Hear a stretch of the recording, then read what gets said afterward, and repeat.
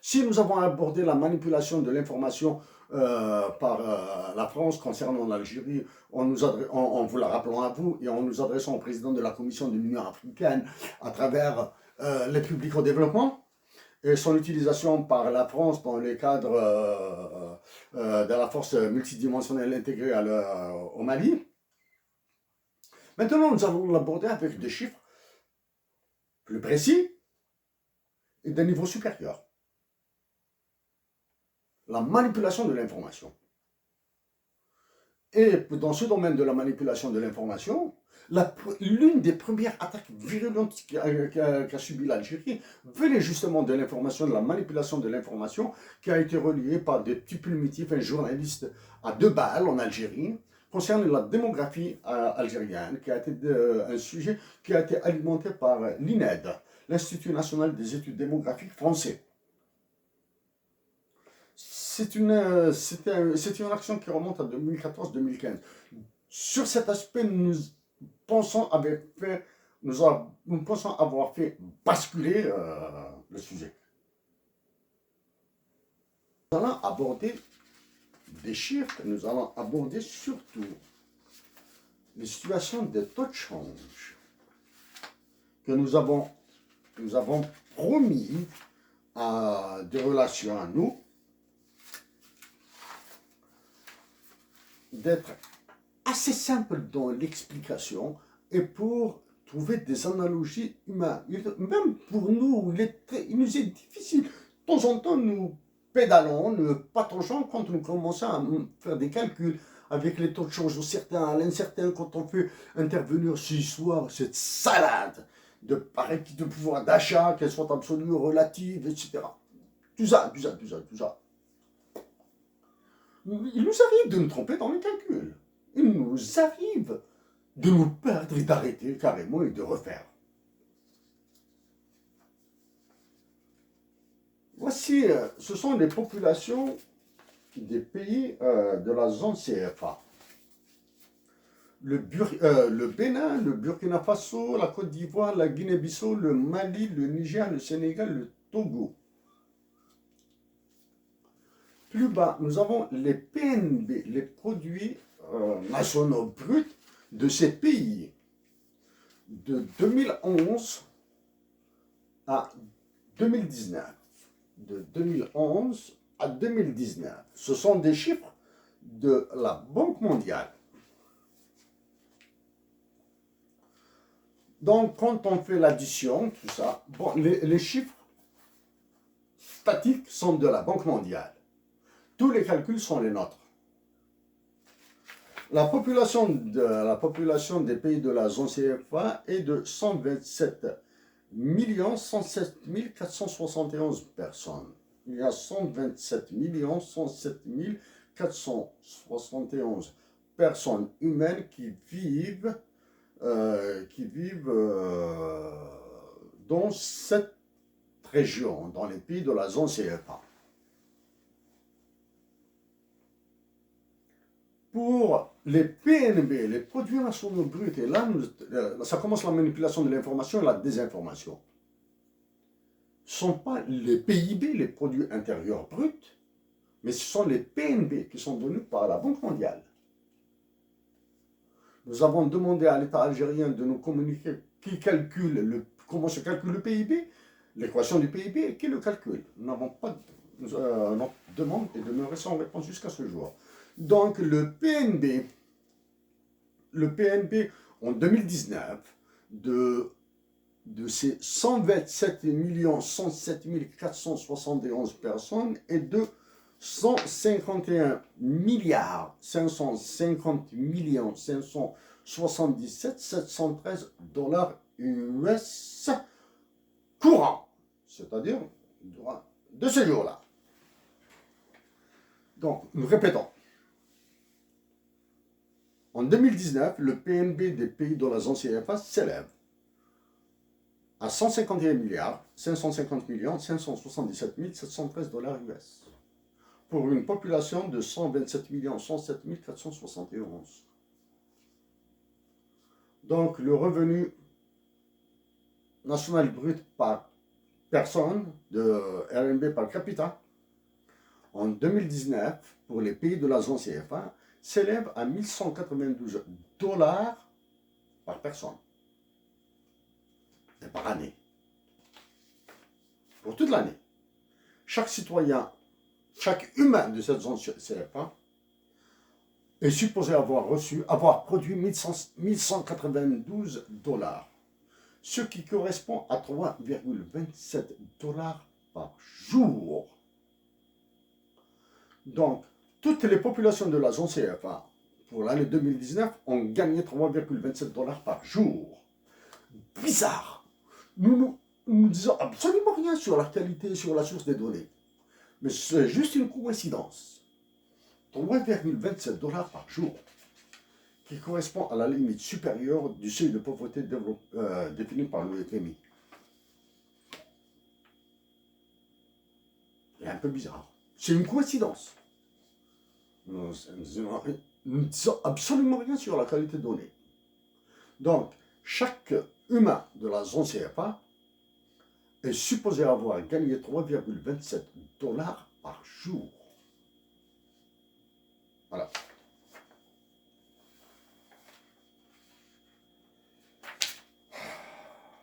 Maintenant,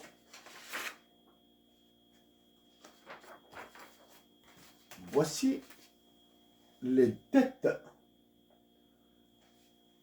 extérieures de ces pays.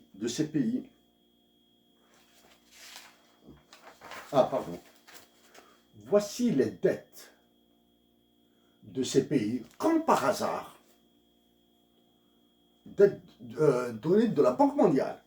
De 2011 jusqu'à 2018, les données ne sont pas disponibles. Il n'existe aucune donnée. C'est-à-dire, est-ce qu'il existe, ils sont endettés ou pas? D'après ces chiffres, nous ne pouvons absolument rien dire. Par contre, en 2019, le Bénin, par exemple, a 2 962 934 594 dollars. Le Sénégal a 11 milliards de dollars de dette, 11 milliards 723 millions de dollars de dette. Et la Côte d'Ivoire a 15 milliards 717 milliards. Et voici.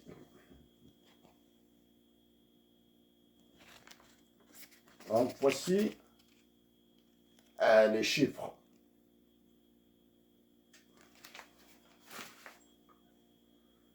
Donc, correspondant, donc la dette par dollar US, la dette en dollars US par personne en 2019 est de 310 dollars par personne.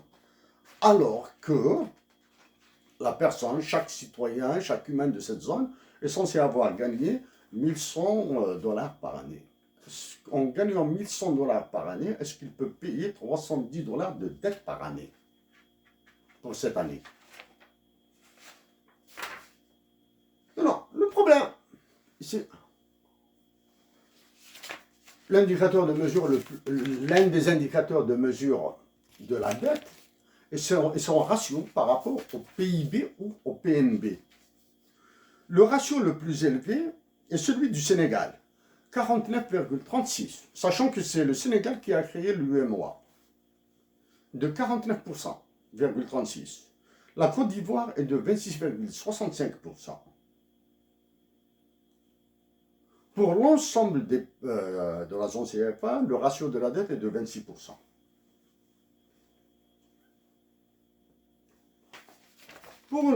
Mais, monsieur le président de l'Assemblée du Parlement européen, nous avons dit que la dernière fois que ces pays sont classés par l'UFMI comme heavily indebted and poor countries, les pays pauvres très endettés. Alors que très endetté est différent de heavily indebted, lourdement endetté. Si on compare ces taux, ces ratios de la dette par rapport au PIB, ces pays sont merveilleux parce que le ratio de la dette par rapport au PIB de la France est de 123%.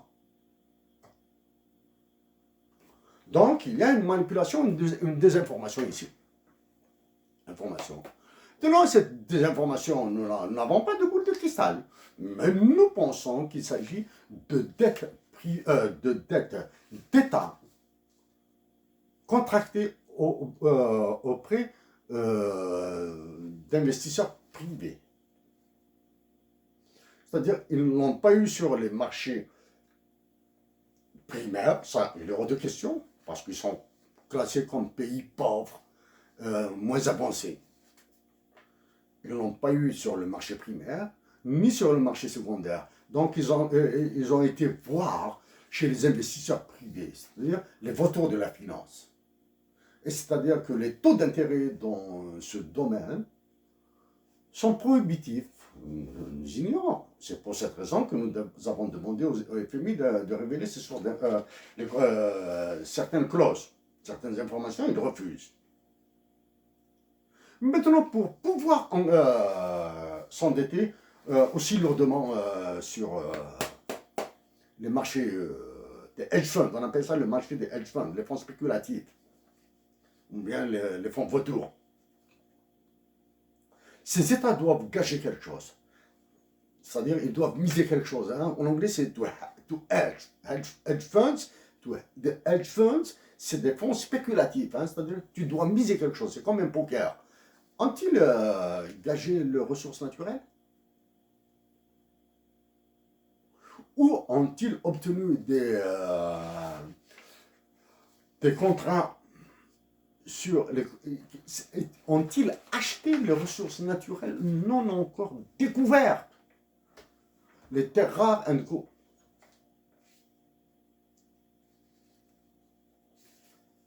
Maintenant, nous allons manipuler le taux d'intérêt et le taux. Nous allons manipuler plutôt le taux de change. Le taux de change, et nous avons promis à des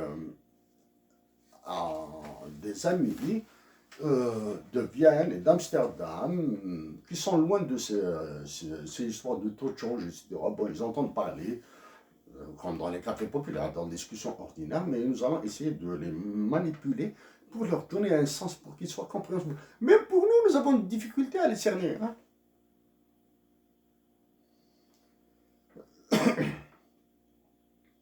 Donc, le 31/12/2020, le 31 décembre, sur les marchés financiers internationaux, nous avons pris un échantillon. Donc, quand nous parlons de dollars, il s'agit du dollar US. Il ne s'agit pas du dollar australien ou canadien. Mais quand il s'agit de l'euro, nous parlons de l'euro allemand. Pourquoi l'euro allemand? Parce qu'en Allemagne, la monnaie est protégée par la Constitution, et comme vous nous l'avons dit la dernière fois, M. David Sassoli, c'est l'Allemagne le moteur de l'Europe par ses exports, par sa balance commerciale. Donc, il est hors de question pour nous de parler d'euro français. Donc, le 31/12/2020, 1 euro est égal à 162,367 dinars algériens. Nous allons simplifier. Donc, 1 euro égale 162 dinars algériens. Sur les marchés internationaux, bien sûr. Hein, pas c'est le marché noir. En euros, quand on fait la conversion, en euros, un dinar des Z égale 0,006158889. Monsieur David Sassoli, ça donne des vertiges quand on commence à manipuler ce genre de chiffres. Que signifie un dinar algérien vaut 0,0615889? Ça, nous profitons de l'occasion pour le dire à nos amis qui nous voient, Vienne à Amsterdam. Vous prenez 615 889 euros, vous prenez 615 889 euros allemands. Vous les divisez par 100 millions d'Européens qui utilisent cette monnaie. Nous le répétons, ça donne des vertiges. Un dinar algérien, on parle du dinar algérien en euros, c'est-à-dire on parle de la cotation au certain du dinar. Vous prenez 615 889 euros, 616 000 euros. Vous les divisez, non pas par 100, non pas par 100 000, vous les divisez sur 100 millions d'Européens qui utilisent cette monnaie. Quand vous aurez terminé cette division, vous prenez un Européen, ce qu'il a dans sa poche, vous le mettez en face d'un Algérien. S'il échangeait un dinar contre ce que cet Européen a en euros, c'est la même chose. Ça, c'est en passant à un taux de change nominal. Donc, vous prenez 615 889 euros que vous divisez par 100 millions. Est-ce que vous imaginez là, un dinar égale 615 889 divisé par 100 millions. En dollars, 1 dollar US égale 132 dinars,176. Là.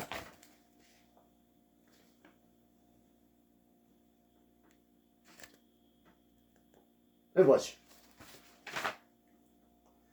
Donc, en dollars US, un dinar algérien égale 0,0756567. C'est-à-dire, vous prenez 756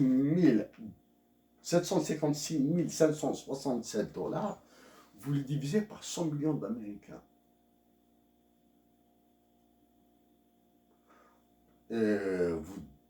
Quand vous aurez fait cette division, vous prenez ce qu'a un Américain dans sa poche et vous demandez à un Algérien qui a un dinar dans sa poche de faire un échange. C'est la même chose.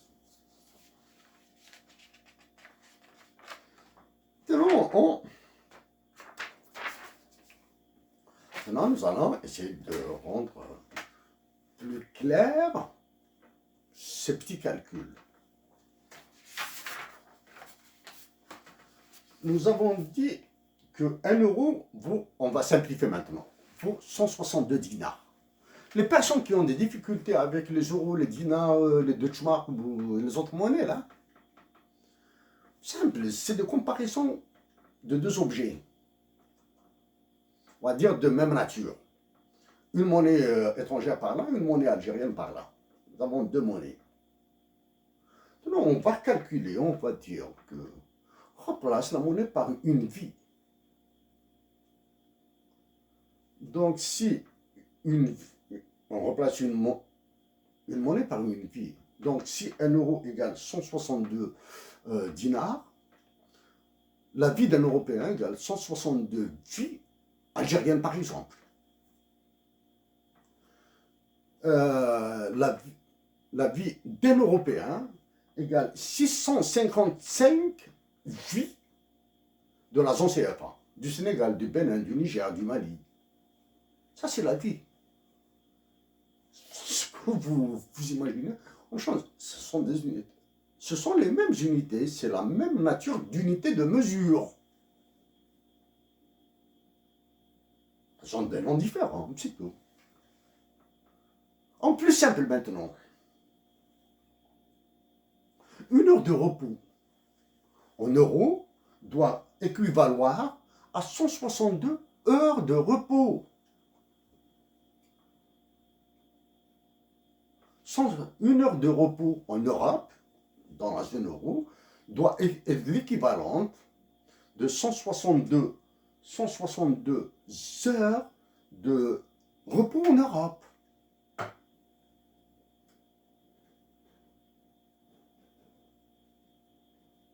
Maintenant, nous avons parlé en entrée des cas des entreprises algériennes. Change du travail. Hop. Et si on parlait du travail maintenant? Donc, une heure de travail dans la zone euro est égale à 162 heures de travail en Algérie, elle est égale à 655 heures de travail dans la zone CFA. C'est pour cette raison que l'UMOA, l'UMOA, la CEDEAO sont des organisations terroristes. Maintenant, avec cette approche des chiffres, translation d'unité de mesure, on change complètement d'unité de mesure, mais les unités de mesure sont de même nature. Le repos par là, le repos par là. Le repos en Europe, le repos en Algérie, par exemple, ou en Maroc. En Algérie, nous n'avons pas. Le repos aux États-Unis et le repos en Algérie. Mais le travail en Algérie et le travail aux États-Unis. C'est là où les Algériens et les habitants de ceux qui souffrent du franc CFA, à qui ils veulent changer de nom. Hein. Le président de la France veut lui changer de nom parce qu'il sait qu'il est en train de prendre un crime, un fiducide monétaire. Hein. Ils veulent lui changer de nom, ils transformer en écho. Appelez-le un ja. Quand c'est une arme de destruction massive, c'est une arme de destruction massive. Donc, c'est là où le travail implique. Donc, pour rendre leur monnaie plus forte, plus solide, les pays de la zone CFA ou de l'Algérie ont deux solutions. La première solution, c'est la plus simple. S'interdire de mesurer avec le dollar. Alors, on ne mesure plus. Hein. Quand on ne mesure pas, on ne connaît pas. Ou bien, augmenter leur production. En augmentant leur production, ils doivent augmenter leur temps de repos. Une heure de repos en Algérie, aux États-Unis, vaut 162 heures de repos en Algérie. Ah, donc en augmentant leur production, les Algériens vont baisser l'équivalent heure de repos. Hein. Et c'est là où il y a. Et il y a une troisième solution. Bon, nous avons parlé de deux solutions, mais réellement, il y a trois, il y a d'autres. Il y a une quatrième solution, ne plus avoir de monnaie. C'est une solution. Donc, s'interdire de mesurer, augmenter la production, surévaluer le dinar. Surévaluer.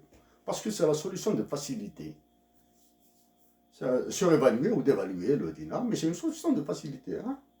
La surévaluation du dinar, c'est pour contrer les marches. Nous avons dit, nous allons surévaluer. Mais à l'intérieur de l'Algérie, les Algériens doivent faire une révolution dans le comportement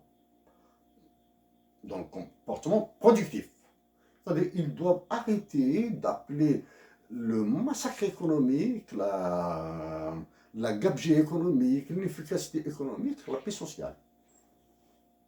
La paix sociale ne doit pas se payer par de l'inefficacité ou de fainéantisme. Payer des gens à ne rien foutre. Non, ça.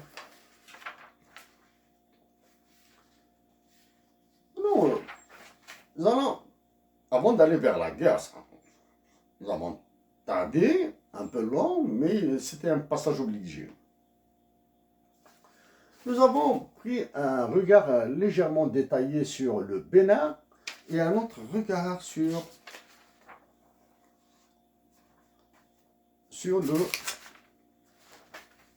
la Côte d'Ivoire. Maintenant, nous allons faire toucher du doigt qu'est-ce que c'est que... Quand on vous dit un taux de croissance de 3,5%, de 4%, de 15%, ou une récession, un taux de décroissance économique de moins 5%, de moins 6%, c'est ce qui est annoncé pour l'Algérie. Qu'est-ce que ça veut dire concrètement? Que cela signifie concrètement? Ici, vous avez l'équivalent, c'est pas l'équivalent, c'est 20 cents canadiens.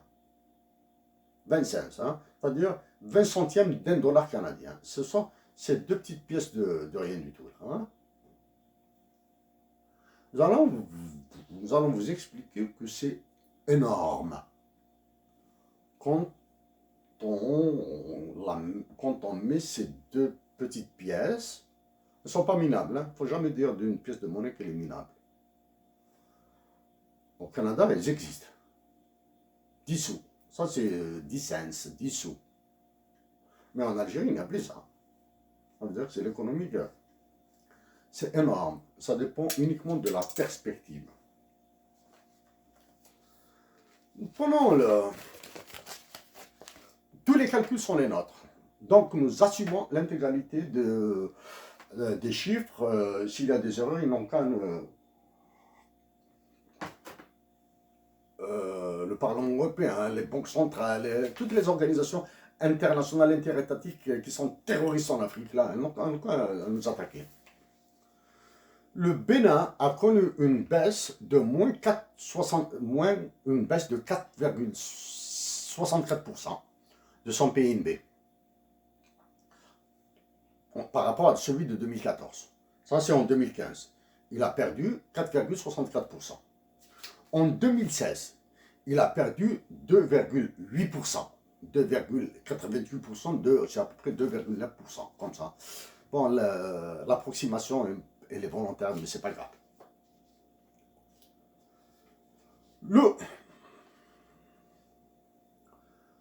Avec les mêmes PNB, le Bénin en 2015 a fait un revenu par personne et par jour de 3,23. Avec une baisse de 4,6% de son PNB, le Béninois a fait 3,23 $ par jour. En 2016, son PNB a connu une baisse de moins 2%, 2,9%. Et avec ces chiffres, le Béninois a fait 3,05 $ par jour. La différence est de 18 cents. Ça, 23 moins 3,05 égale 18 cents. C'est-à-dire moins que ces deux pièces. Moins que ces deux pièces. C'est-à-dire, alors qu'en termes de PIB, de PNB, il a perdu 606 millions de dollars, j'arrondis à peu près, hein, j'arrondis, je ne lis pas les milliers et les unités, les centaines, etc. Hein. Il a perdu 606 millions de dollars en 2015 et il a perdu 358 millions de dollars en 2016. C'est-à-dire, en tout et pour tout, il a perdu 965 millions de dollars sur 2 années. 965 millions de dollars en 2 années qui lui ont fait perdre 18 cents par jour et par personne. En 2017, le Bénin a connu une croissance de 0,82%.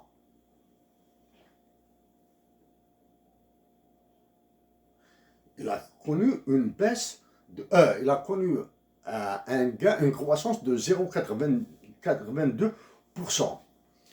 Il a gagné, quand on fait la différence des PNB qu'ils ont là, il a gagné 99 millions 300 de dollars. Ça, c'est en 2017.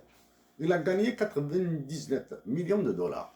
C'est-à-dire, il a gagné 10% de ce qu'il a perdu. Donc, quand nous disons une récession de moins 4%, de moins 2%, combien d'années faudra-t-il au pays, en supposant que c'est l'Algérie, combien d'années faudra-t-il avec une croissance de 1% pour récupérer ce qu'il a déjà perdu en 2 années? Donc c'est comme ça que vous voyez que quand on vous parle de centièmes, de dollars ou d'euros, C'est énorme.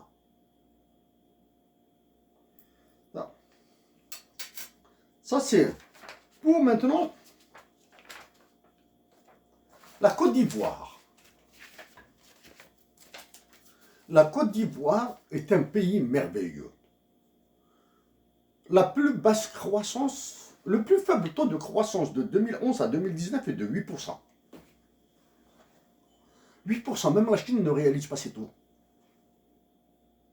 La Corée du Sud ne réalise pas ces taux. Et les États-Unis d'Amérique ne réalisent pas ces taux. Le plus fort taux de croissance a été en 2015. 17,52%. Ce sont des chiffres de la Banque mondiale. Du moins, ce sont des calculs que nous avons faits à partir des chiffres de la Banque mondiale.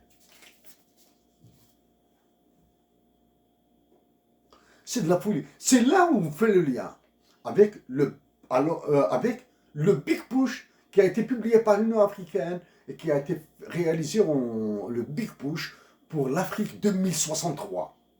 Un travail fait par une université américaine, c'est l'université de Denver, Colorado.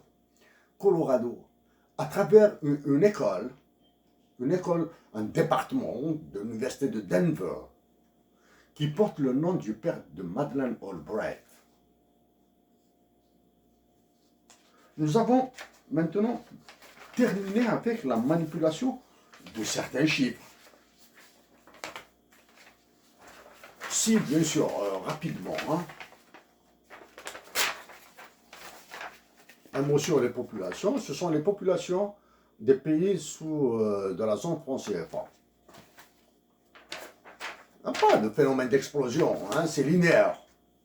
La croissance est certes soutenue, mais il n'y a pas de choc. On ne voit pas de choc démographique, c'est linéaire.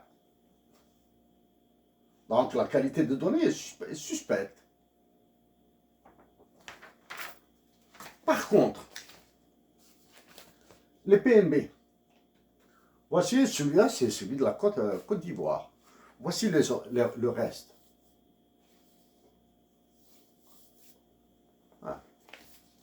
Ceux qui sont en bas, qu'est-ce que ça veut dire? Ce sont les inégalités qui explosent. Et quand les inégalités explosent, qu'est-ce qui soit? Les conflits, la guerre hybride et les mouvements migratoires. C'est ce qui attend l'Algérie. Et l'Algérie, les Algériens, dans leur dignité, même ça sera affreux, doivent aider leurs compatriotes africains, doivent partager avec eux. Ils doivent. Parce que nous allons parler de la guerre qui se déroule actuellement, et vous allez voir l'intérêt de la France pour l'exacerber. Nous sommes obligés d'arrêter, nous sommes le 7 janvier. Pour parler de la guerre, nous préférons le faire après, nous allons le faire après, nous allons souffler un petit peu, nous allons parler d'une manière plus concentrée sur la guerre entre l'Algérie et le Mali et le Niger, comment l'arrêter. Et cette guerre ne s'arrêtera pas sans la dimension identitaire et anthropologique des peuples de la région.